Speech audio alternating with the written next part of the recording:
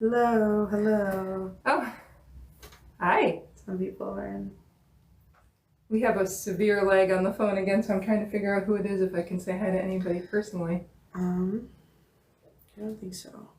But it's nice that you're here. Thank you. We're just waiting for a few more minutes, I guess, to see if anybody else joins us before we start. And yeah, I was a little late myself. Personal technical difficulties.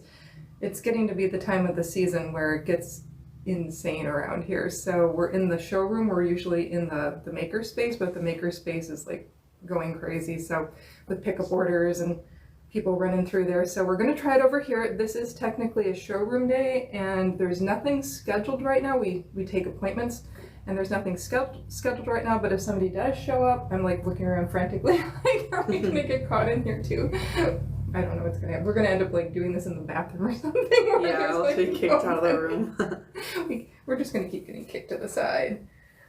Today we're gonna talk about basically getting started in business in general, and we're going to look at specifically candle making because that's really the field I know, but it really does apply to a lot of different fields, what we're gonna be talking about. Just kind of the basics on what to think about and where to start. I'm Lachelle, and I'm the owner of Candle Cocoon. This is Finn. Finn is in charge of all the media here. So if you ever do follow us or anything, and if you see, we both use the same account because it's a business account. So it could be Finn or I answering things or putting up videos and stuff like that. So that's who we are. So basically, I guess I will get started. Okay. Or if you want to wait one more minute, you could introduce some of the. I could wait one more minute and introduce some of the products. If you want. Otherwise, we can get into it. I'm happy. Either way. Yeah. So this is, if you again are familiar with our page, you may have seen some of these things already that Finn has been. I guess everybody's been kind of creating, but you've been doing the videos for him. So it's like we just have in the showroom. We have like a bunch of little things that we've created and are very excited about. Our creme brulee with the little rolling. This is one of my favorites. This is one of the first ones Finn did, and it was with our mold, and I think the cereal look just really looks like cereal. I think that's so good. Jana made this for me. It's got little bats on it. And this one, did you make this one recently? No, I pulled that one off of the shelf. Oh, okay.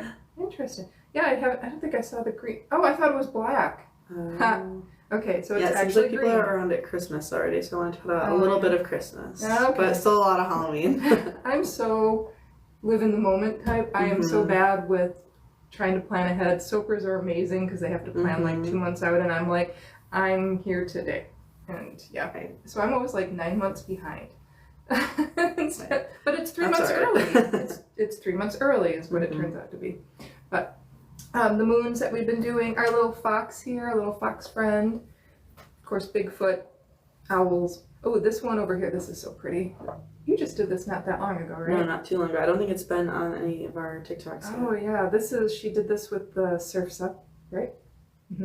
And yeah, the gorgeous colors, because you just put the little colors in there and just did this, right? Yeah, it was nicer because they could bleed together and it didn't matter.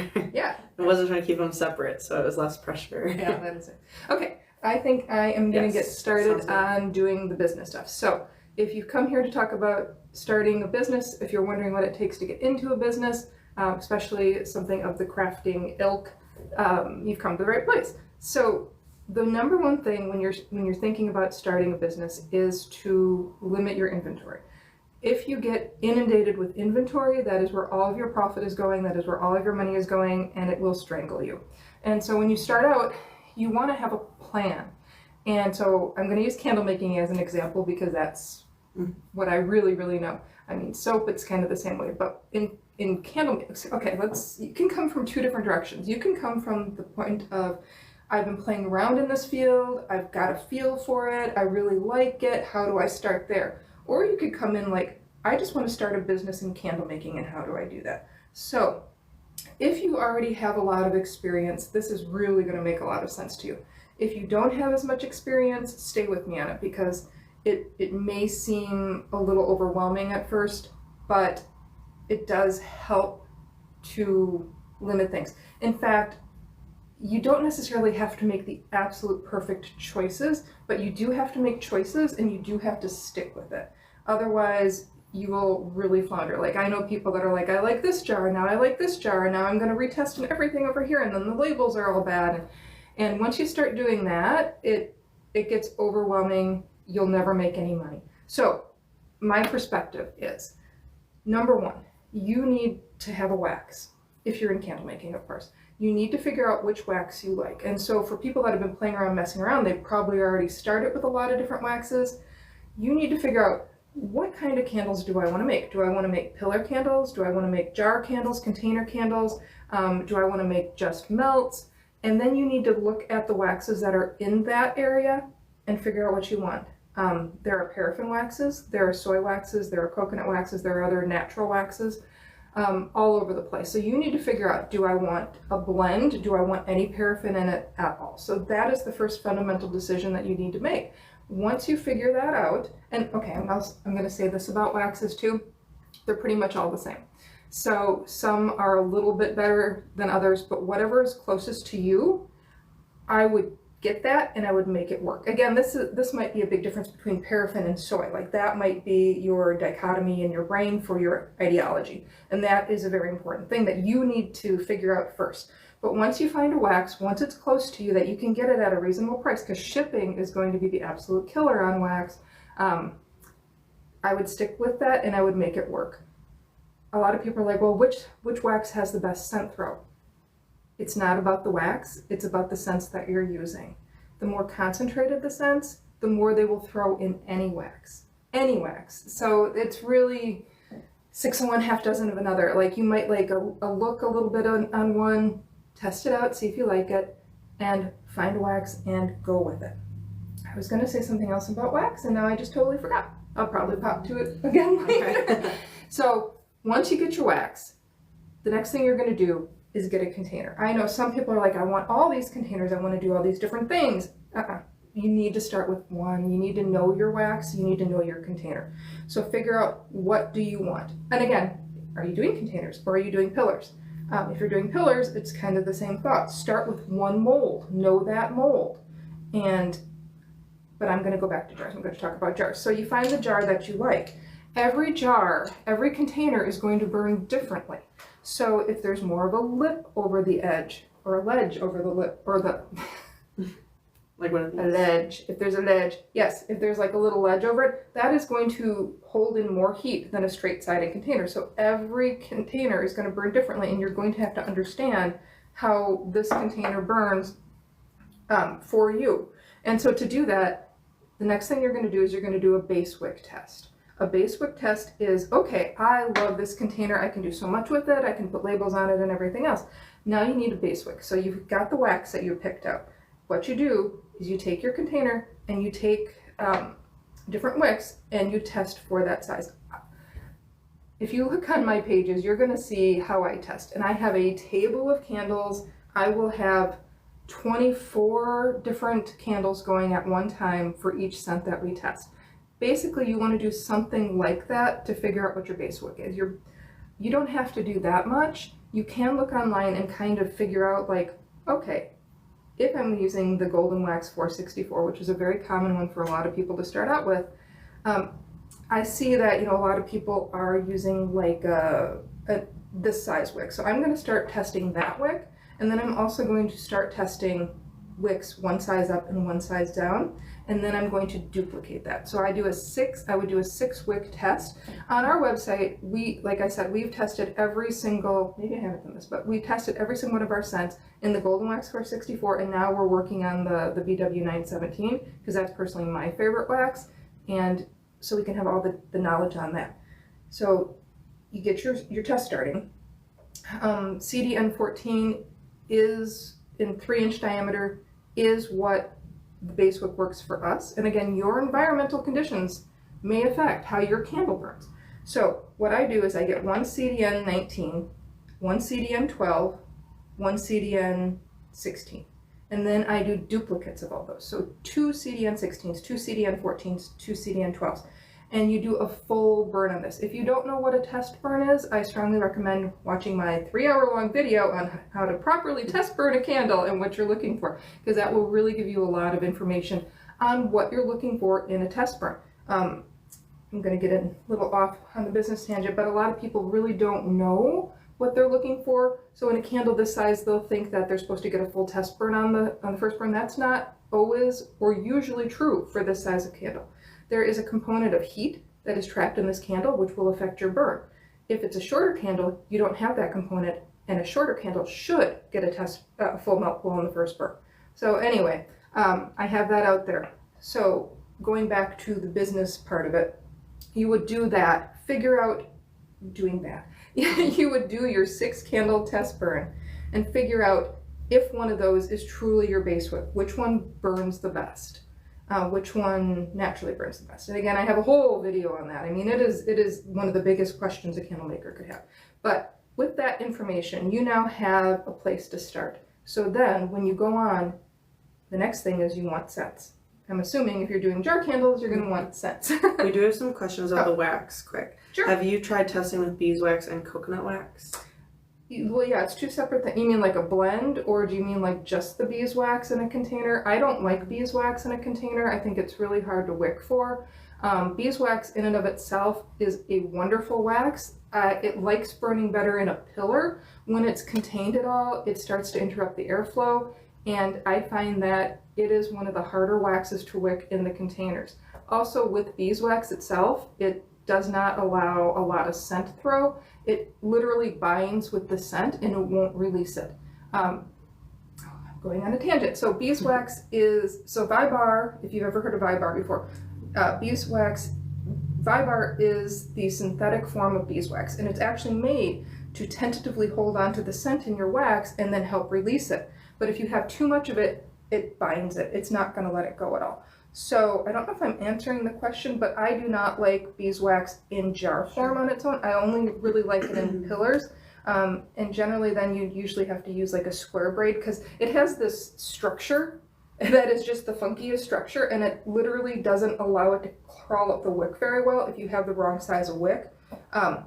Some people will use a flat braid, but they end up using like such a big flat braid that they end up getting more soot out of it, because beeswax doesn't really like that sort of structure. Did I answer the question at all? She clarified, she said she meant blend, like, and coconut oil, like a 50-50 blend of beeswax and coconut oil. Coconut wax.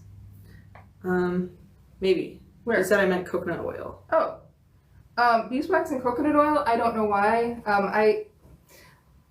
The purpose, I mean, unless you just want the beeswax smell, that still, again, wouldn't, yeah, if it's oil and wax, yeah, it's going to be squishier, but what you're going to end up getting is a lot more soot. Generally, the more oil, the more junk in a candle, the more junk that gets out of a candle. And so for me, that I wouldn't have a reason to do that. There's so many other good waxes out there that I guess I really wouldn't see the necessity of it. In a lot of these blends, they do have a little bit of beeswax in them, and what that does is it helps firm up the wax, it helps hold on to the scent a little bit, so that it helps release it later on when it gets warm. So I personally, I used to play around with this stuff all the time, and I would get little sooty mountains of nightmare. But yeah. Yeah. She said that makes sense. She bought them both in bulk, so she's trying to use it. Oh yeah, so what you can do too, so beeswax is just fun to play with. I don't know if you make bath and body products, like you can always put it into lip balms, and you can put it into skincare products, and beeswax is phenomenal for that sort of thing. In candles again too, anytime you start putting it into something, you're going to change the wax composition, you're going to change the wicking needs, and it's a whole new testing funness, especially with beeswax. If it's, I've got like 12 things going on in my head, like what do I all cover? So if you're like trying to use up old waxes and stuff, like let's say you changed from Golden Wax 464 to BW 917, and you want to use up that old wax, I found that adding an old wax of the same type up to about 10% does not change the structure and the make of the candles that you're burning. And so like I've used up old waxes over the years. I often say like I probably still have a molecule of my very first wax in the candles we're making. But in and of itself, it's a hard one to wick. You're not really going to get scent throw from it.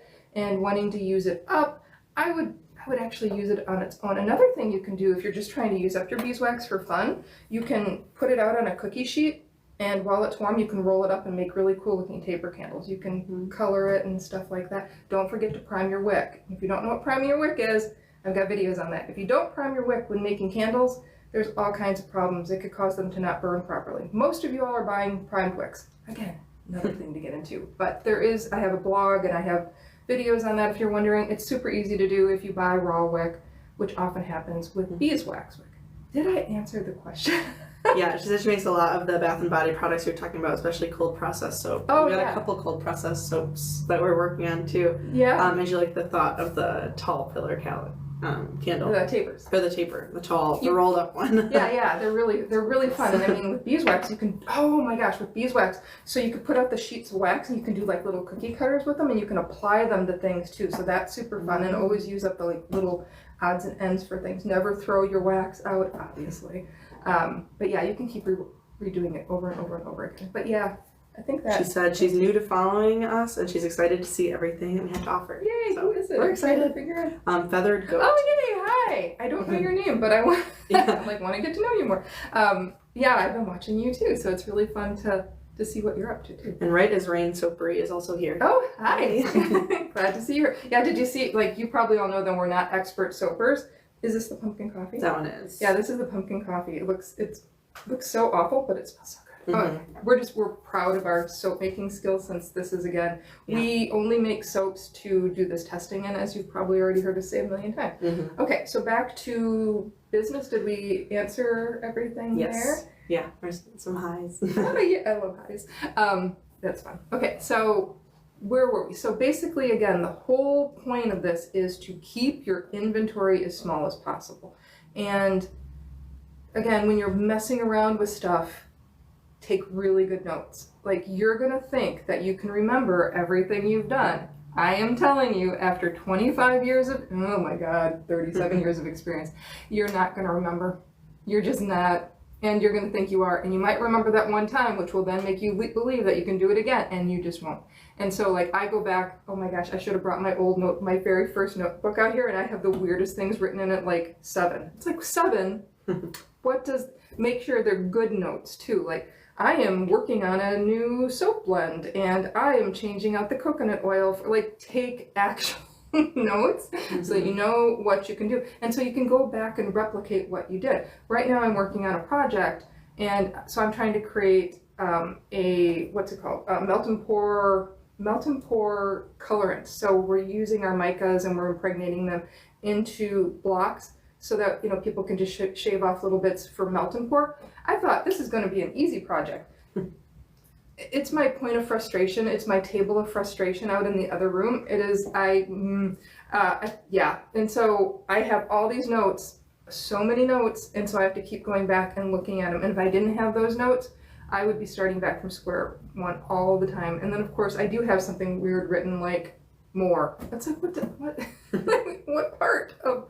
Yeah, so it happens to me too, where I get caught in my own nonsense. I keep going. Yeah, but she said 13 years as a soap maker. She definitely knows a lot about taking notes. So the pain of the notes. Oh yeah, you definitely do know then too. Yeah, and soap making to me, so I feel like there are candle makers and there are soap makers, and never the two shall cross, because our brains work so. No, I don't mean that you shouldn't really cross, but our brains work so differently. Like, it seems like it should go together, but it just seems like there's this whole soap making world, and there's so many more things that you can put in soap. And I guess how people explained it to me is it's really not. It's all about the oils. There are oils, and there's lye, and there's water, but there's also salt. There's like so many other things. Like, you just don't necessarily do that with candle making. I mean, you can make your own bases and waxes and stuff like that. I did that. I did that with paraffin. I created my own base wax 25 years ago. No, I'm sorry. I created a paraffin one, but I also created the soy wax when soy wax first came out, and there was not a pillar option. So I created a recipe for that, which was really good. And if anybody wants it, they no longer create the base wax anymore. I was using Enchanted Light's votive wax, 1 ounce of beeswax, 1 ounce of stearic acid, and that was it. And it burned so beautifully. Like, nowadays, a lot of these waxes gully, and I hate that in a natural wax. When I create a candle, I want it to actually burn well. I don't just want it to be for looks. And so I'm actually working on another blend myself too, trying to get it to work. And it's super frustrating because doing what I used to do is not working. But I don't even know where I'm going with this anymore. So yeah, let's get back to the business aspect. Or I can interrupt you one more time. Oh yeah, that's fine. She said she recently started candles, is not so far a fan of the soy wax, but she does have an abundance of beeswax. Okay, so I guess what are you not liking about the soy wax? And it's going to take us a second to get that. Because there are a lot of different reasons not to like it. There are some reasons to love it. And I want to make sure I'm answering the right question. Mm-hmm. It doesn't have a strong throw. Oh, okay. So that's generally the sense. So in soap making, I've definitely noticed that weaker scents have more of the ability to come through, because when the saponification is happening, it's attacking the solvents a lot more than the fragrance oils. And so when you're switching over to candle making, if you're using weaker scent, and that sounds so rude, and I don't mean to be rude, but when you're using a weaker scent, then in the candle making, it doesn't have as much actual raw fragrance oil to actually throw out. So it's not the wax itself. What a lot of people end up doing is they want then a high fragrance oil holding wax so that they can have more scent throw. But again, if you have, and this is where I'm just going to talk about myself, because if you have a stronger scent, like ours are 2 to 4 times more concentrated, you don't need that much. So before you throw the baby out with the bathwater, you might want to give ours a shot and see what you think about that. And then I think you might be really pleasantly surprised with the scent throw that you would get from that. Also, which soy wax are you using? I know before I said they're pretty much all the same, but there is one that I hate. So I'm just wondering which ones you're using. She said the comments weren't rude at all, their education.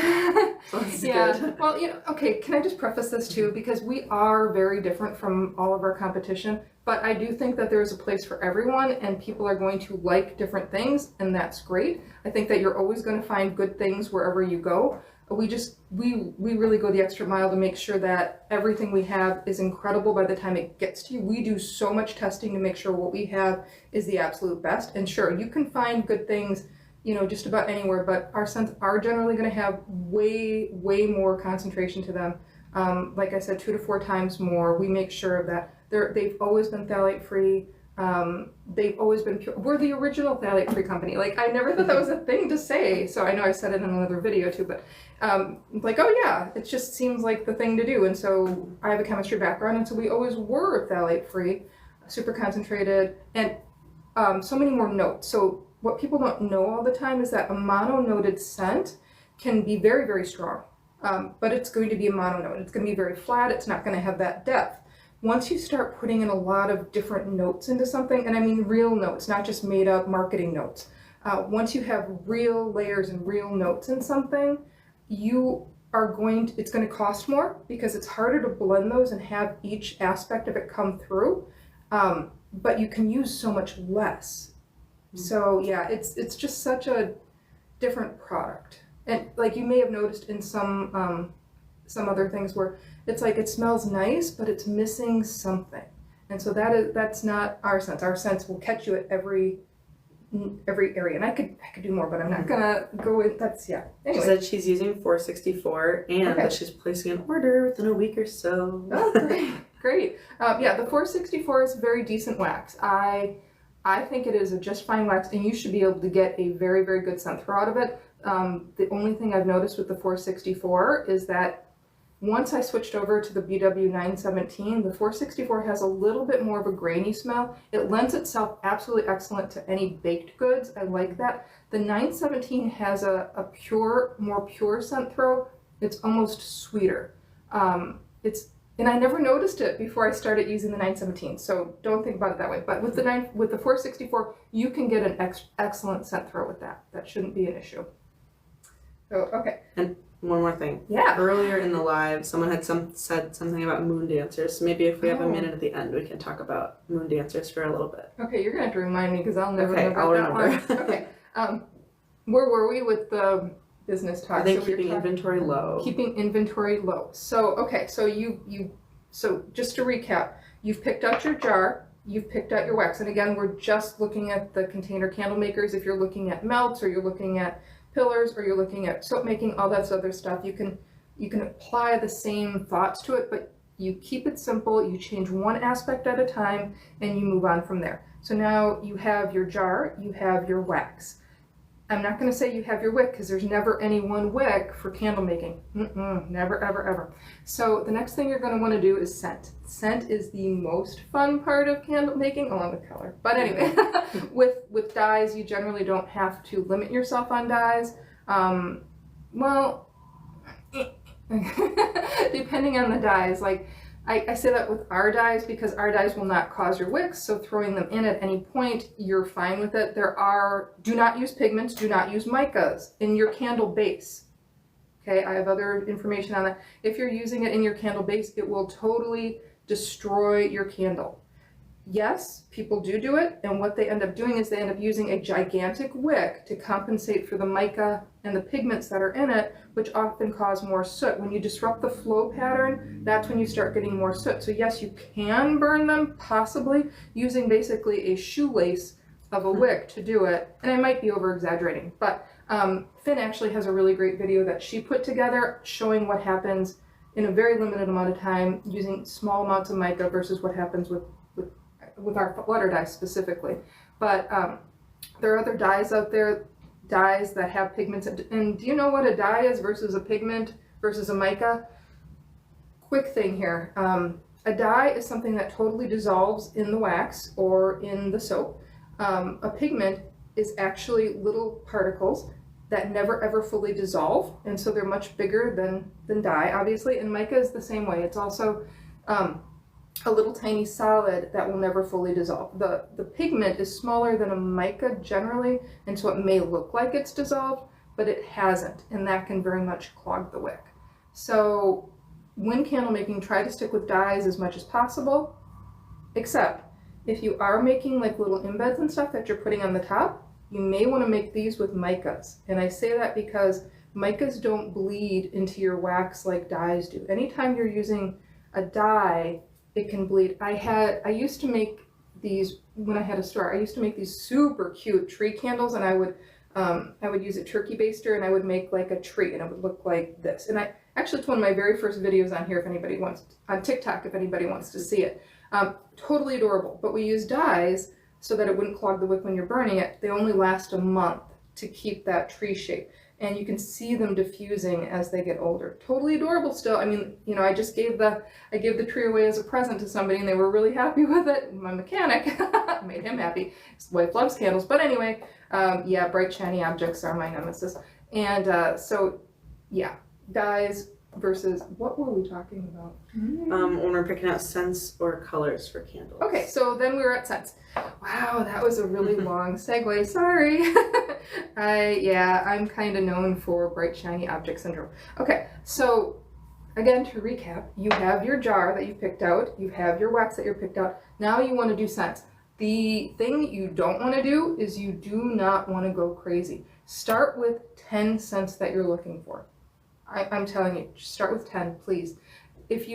Everything is going to look so good, it's going to be like, I want this, and it's like a candy store. You want everything. Everybody gets stuck in the same thing. I get stuck in this. You should see my testing room. Like, I'm like, I want to do this, and then okay. Start with 10.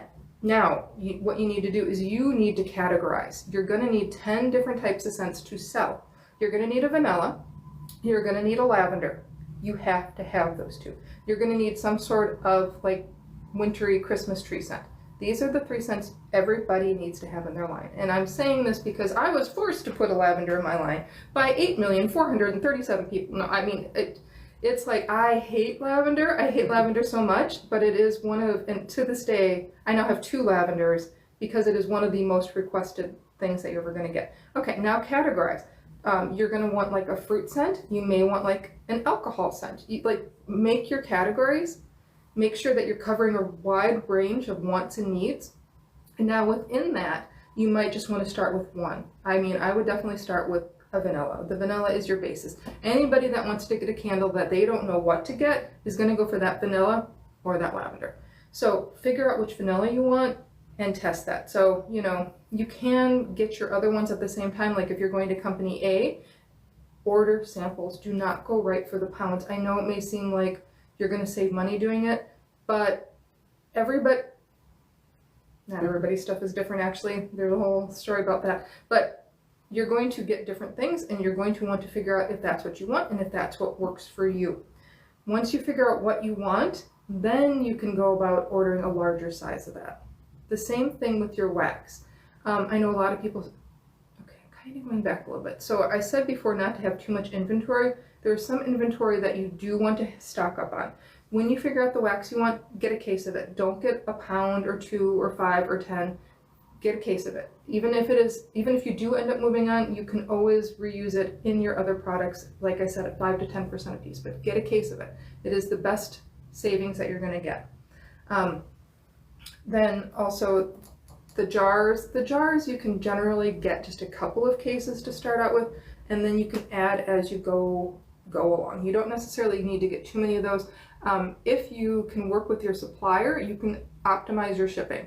So you can say, how many of these can I get for the best rate? They should be able to help you out with that, to answer that. They're going to know, like, okay, 4 of these fits in a box. Or if there's like a case pack, they already know how many fit well in a box. So optimize that. Again, if there's anyone near you, you might want to consider figuring out what they have and buying from them, because you're going to save on all that shipping. Because along with, I would actually say glassware would probably run you more in shipping than wax, even because you need so much more glassware than you do wax.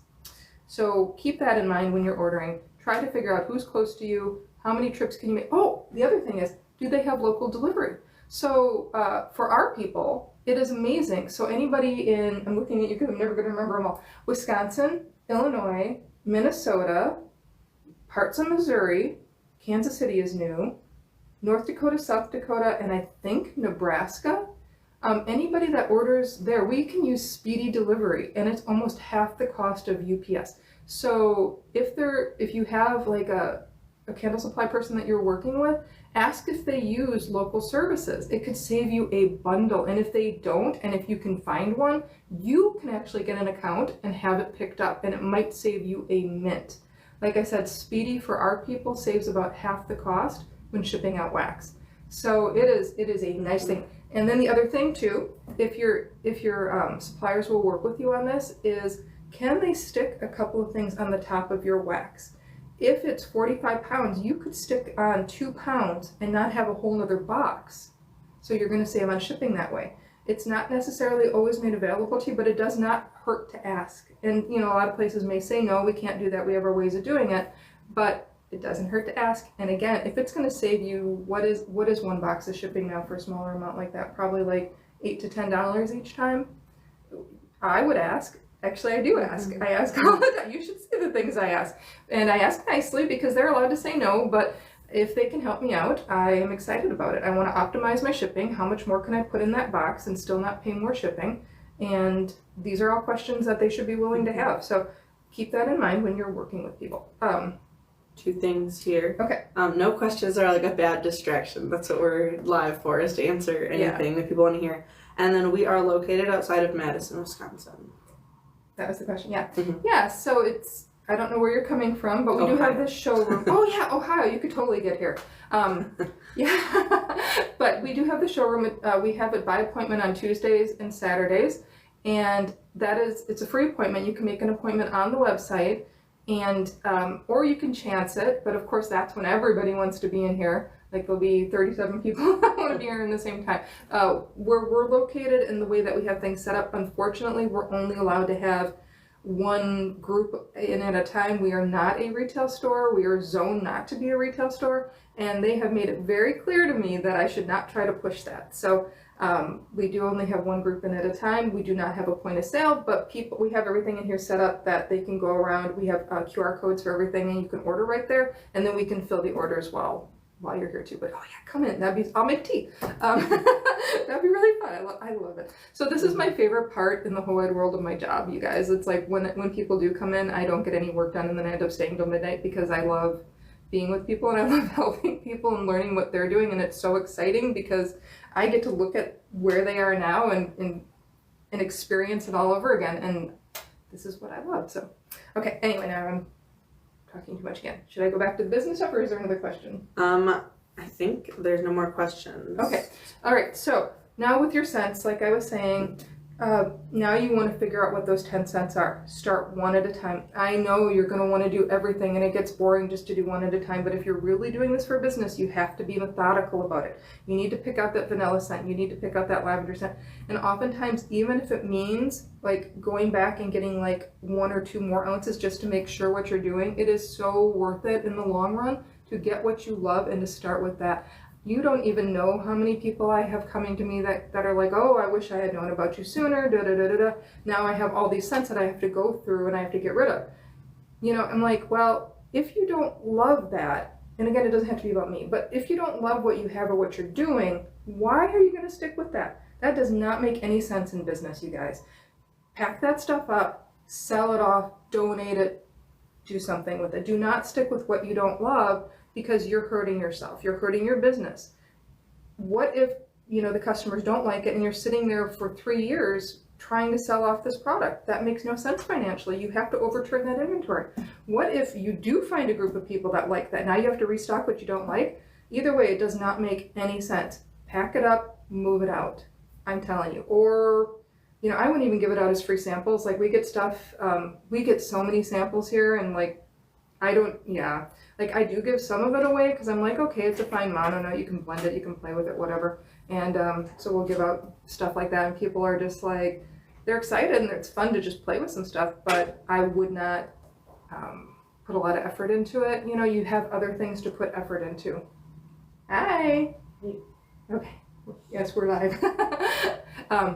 Scents. So yes, go through methodically, figure out the scents that you want to add to your line. I wouldn't start with more than 10 because you really want to know these scents, then because you have to test them all.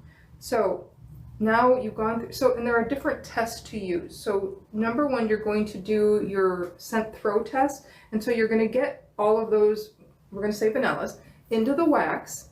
And again, you're not going to know which wicks they need, but you're just doing a scent throw test. You're going to take them all and you're going to put them all throughout your house. And I would do this all at the same time, put them in different rooms and keep going in there. Keep going in there. And actually the way we do it is we do it in votive form because we don't want them to be putting out, like this is an unfair test a lot of times just for a scent throw test. And I know I'm saying something different now because I'm saying just do this. Now I'm saying just do that. But for a scent throw test, it's super easy to make up a votive. You just make up a little thing and stick away. You're not doing that to sell it. You're just doing it for a scent throw test. You can do it in this also if you want to do it in your jar. When I say this, I mean in your jar that you're going to be using. And so just looking for scent throw. If it's getting a good melt pool and you feel like it's a fair test, you can evaluate that. If for some reason it's wicked really poorly and it's not getting the scent throw that it needs, then you do need to change that out. And with a votive, you can do that easily. Because again, you want to evaluate the scent throw. Go into the different rooms, evaluate. Come back again, switch them around. Blind test. Oh yes, blind test too. Maybe have a partner put them in rooms so you don't know what they are. Because you don't want to have a preconceived notion about what you're burning. What's in the bottle could be very different than what's ending up in your candle. And again, I'm going to take my vanilla voodoo. My vanilla voodoo stinks in the bottle, by the way. I've told people that so many times. It's so concentrated that it really is, okay, not stinky, but it's kind of off smelling in the bottle. 2 to 4 times more concentrated. You get it in the wax, you get it in the melts, you get it in the soaps, and it is amazing. I mean, I've been so sad because I've had people say that is the worst thing I've ever smelled. I couldn't even get it in the wax. I had to throw it out. There's no way that could be good. I'm telling you, 37 years of experience. It is incredible. It is like, don't throw it out. Oh my God. I had 2 people say that to me. I've never been so mortified in my life. Like, can you even believe that? Like, yeah. Like they really thought that I was trying to pull one over on them. I'm like, no. Like, why didn't you talk to me first? So yeah, that was weird. But get them in the wax. Always get them in the wax. Strong concentrated scents are really going to smell different in the product. It's just get it in the product, smell, make your decision. So this is going to be the longest time frame probably that you're going to do because you want to make sure you're getting the right thing. Go into the rooms, take tests, go back the next day, make sure the smell is out of there. Go back and sit with the scent. Can you smell it? Okay, now you have to evaluate your room. is your room set up to be able to smell it? Some houses, all of the scent will pool in a corner. You're not doing your scent any justice if you're going, if you can't smell the scent and it's your room's fault. So, you know, walk around the room, stick your nose in the corners. Like, is it up high? Like, I've had 15-foot ceilings before where, you know, it's going to be way pooling in a corner. It's really hard to test that way. Turn on the fan, make it come back down, make it spin around, make sure it's not going out of vent. Like, know where you're testing to get a good idea. And that's also the idea of changing it up. So you put your candles in the room, you take your tests, put them out, let them harden, get rid of all the scent, mix it up again, do it again. Taking notes all the time. So what I'll do is I'll put my scents. I have like, I think 5 rooms that I can use at a time. I will go in, I will have the numbers already on, I will give them a letter or give them a number, and then I will have the code over here so that I really don't even know what they are at any point. And then I will go in and I will sit and I will write down everything that I think I smell in them, whether or not it's there. It doesn't matter. It's just what you smell. And then at the very end, do I like it? It could be strong. If you don't like it, it's not good. That's what we got a comment saying that she makes dirt scented soap for a lot of hunters, nice. And it's not one that she likes. Yeah, I know what you mean. Yeah, we have a rare earth and well, ours grows on me, but yeah, there are like some that one. Yeah. Well, and then there's neroli, which I can't stand and everybody else loves. So I do like that. You know, you gotta appease your client. You like the I know so many people. I know. I'm just whenever I help out packing and stuff, and I'm just like they love to make fun of me because they're just like, here, go pour this neroli, and I'm like, no, I don't. Okay, I will pour the neroli, but yeah, everybody likes different things. Okay, so. That is, did I explain well how to do a scent throw test? I think so. Okay. I feel like I could do it. Okay. All right. Because again, it's not about having the right wick for your scent throw test. It's just about making sure that your scent is getting the proper play, that you can smell it enough that it's not too cool by underwicking to get the right scent throw, and making sure that the rooms give you the area that you can smell it in. And again, like one room might be not 3 feet wide. One room might be, you know, like 8 by 9. Another room might be a giant living room. It's okay. You can use those rooms. Just make note of the rooms that you're testing in.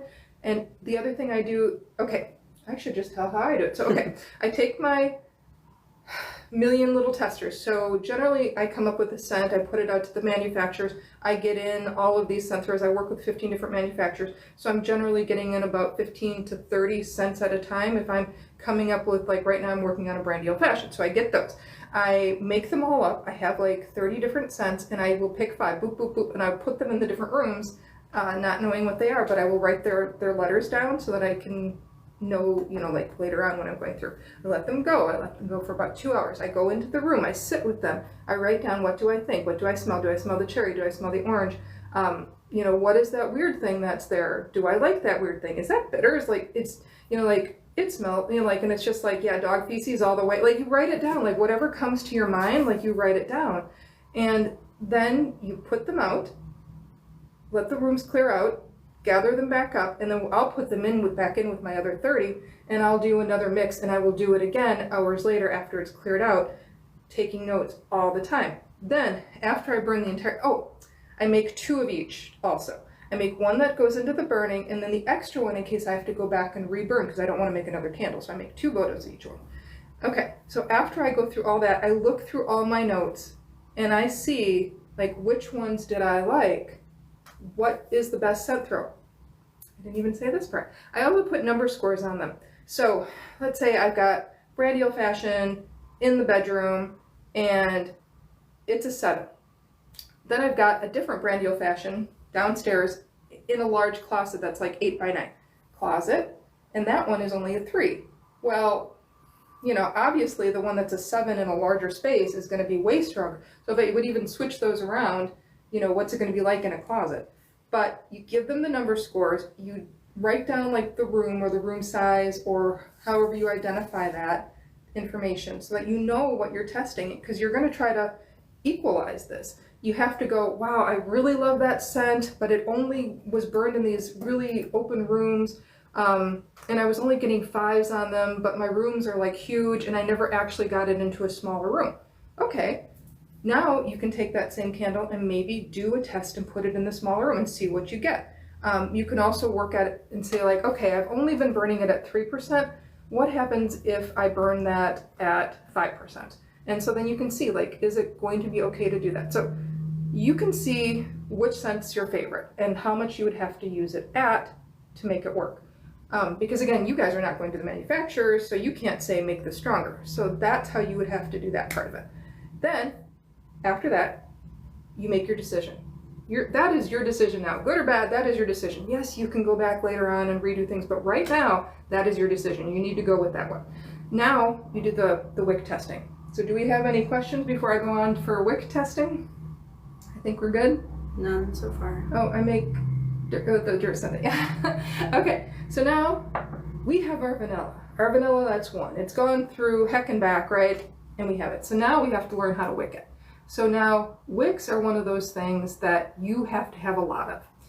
Every different scent takes a different size wick, possibly. There is no one size fits all, except if you test for that wick. So there is a way to do it, and you can say, I'm only going to use this wick in this jar, and that's all I'm going to use.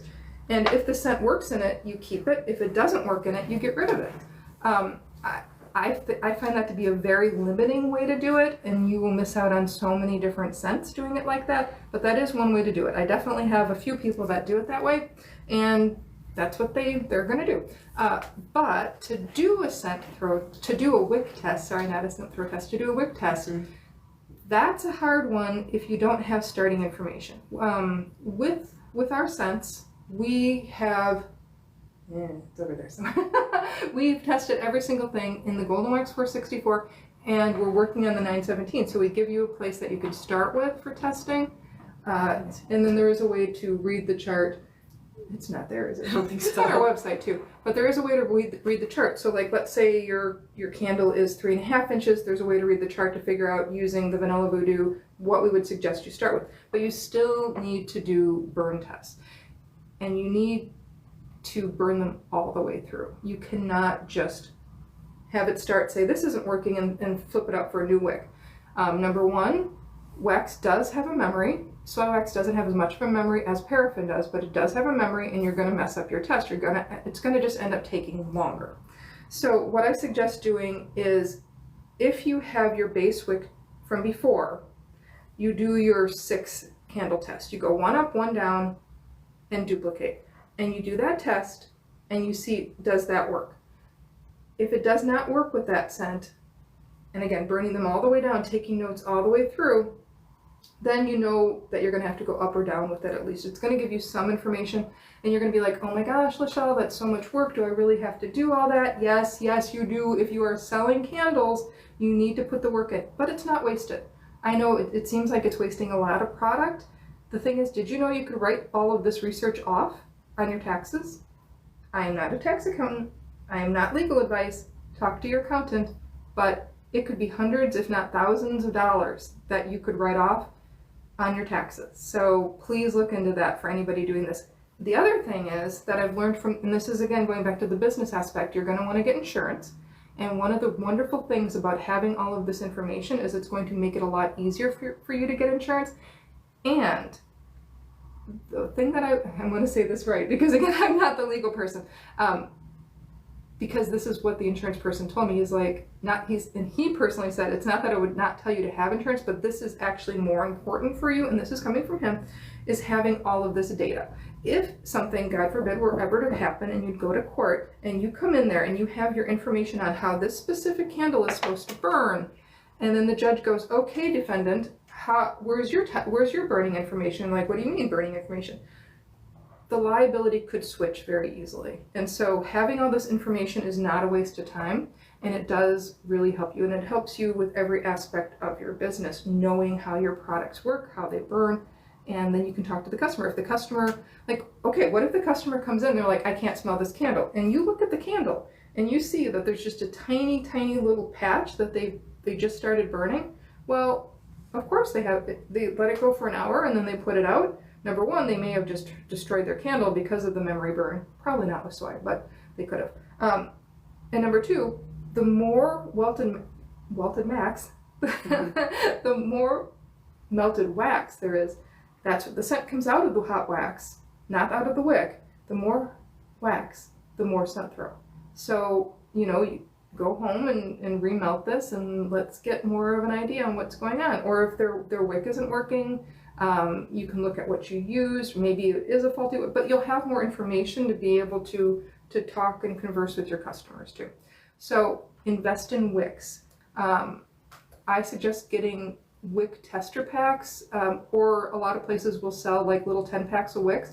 And I generally work within families. So if I'm going, and again, you guys, I don't know if you know me, but I love the CDs and the CDNs. When I first started in the business 25 years ago, I tested every single wick on the market to see which ones worked. And overall, the CD, and then I added the CDN family, they cover everything that I need. I'm not saying other wicks are bad. I'm just saying that those are the ones that I love, and I know I can get to work with every single thing. I know a lot of people are really loving the LX wicks right now. The Eco Wicks, the only problems I have with those are there just aren't as many of them.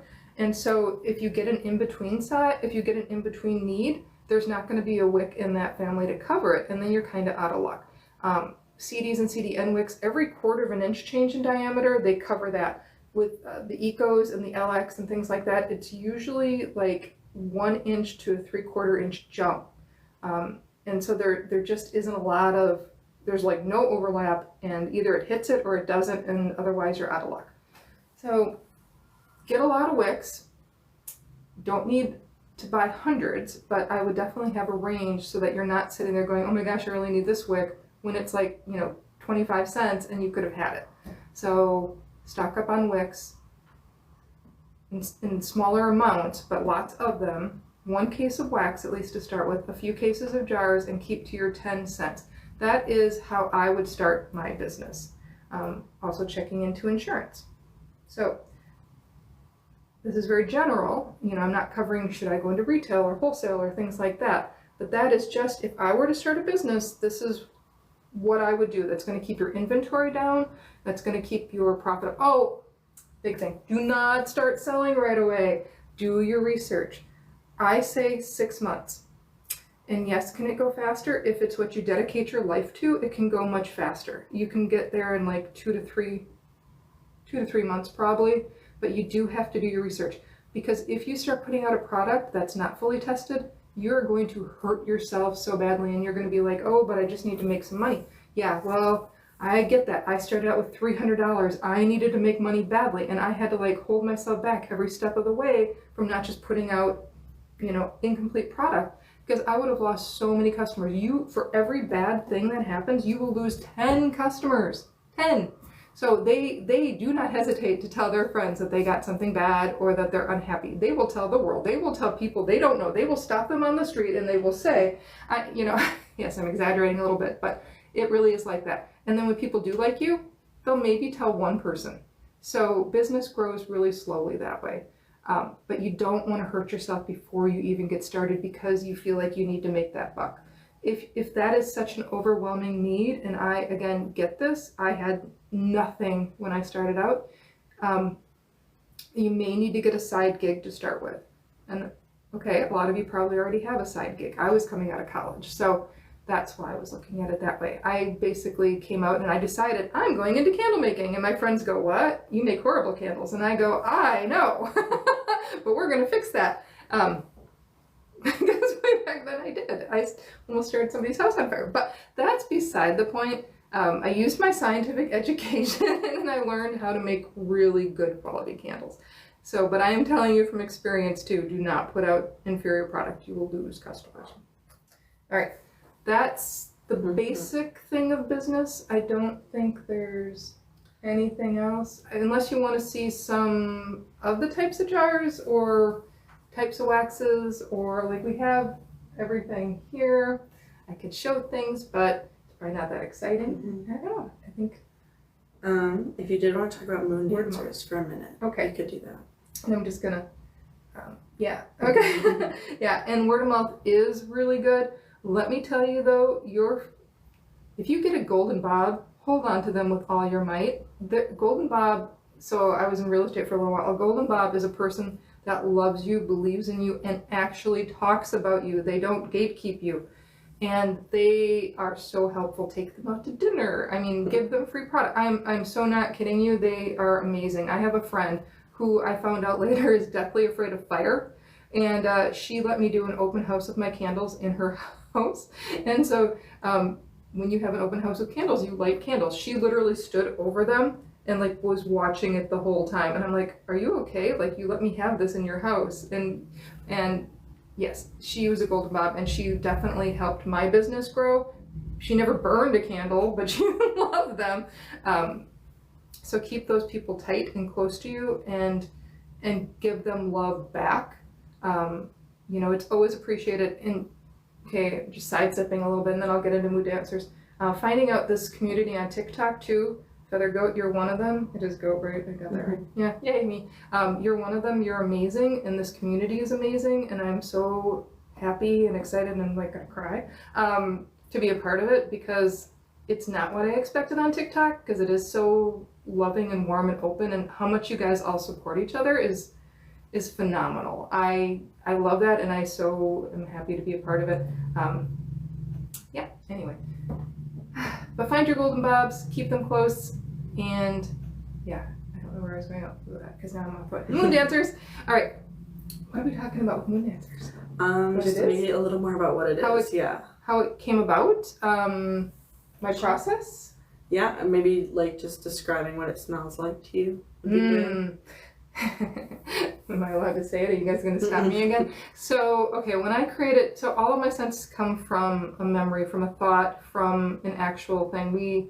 I'm a botanist, zoologist, biological aspects of conservation. So basically what that amounted to was going out into the field a lot, and then I would help people with their field work and things like that. So one time a friend of mine, Anne, needed help doing a bat count. And so we went out to like the Rock Island area, and she had her little Geiger counter, and so we're out there, and you know, and there's all the little bats going on, they're flying around, and they're so cool, and all of a sudden, I smell this, like, I'm just like, what is that smell? And she's like, oh, well, bats will land on white flowers, and they actually pollinate the flowers, and so here's all these bats, like, zipping across these flowers, and it was the most amazing smell that I think I've smelled in a long time at that point. And again, this was probably like 20 years, and it's really stayed with me. So obviously Rock Island area does not have the same flowers and scents that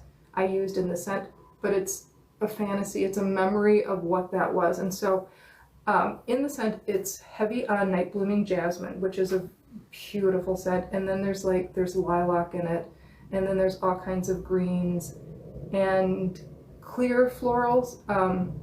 When I do a floral, it is not like a mash of florals. I want you to be able to pick out each of the florals individually. And so basically to me, it's a lot of the jasmine and the lilac. Did you, in the greenery, and that smell of the clean night air, like on the water, so there's a little bit of that in there too.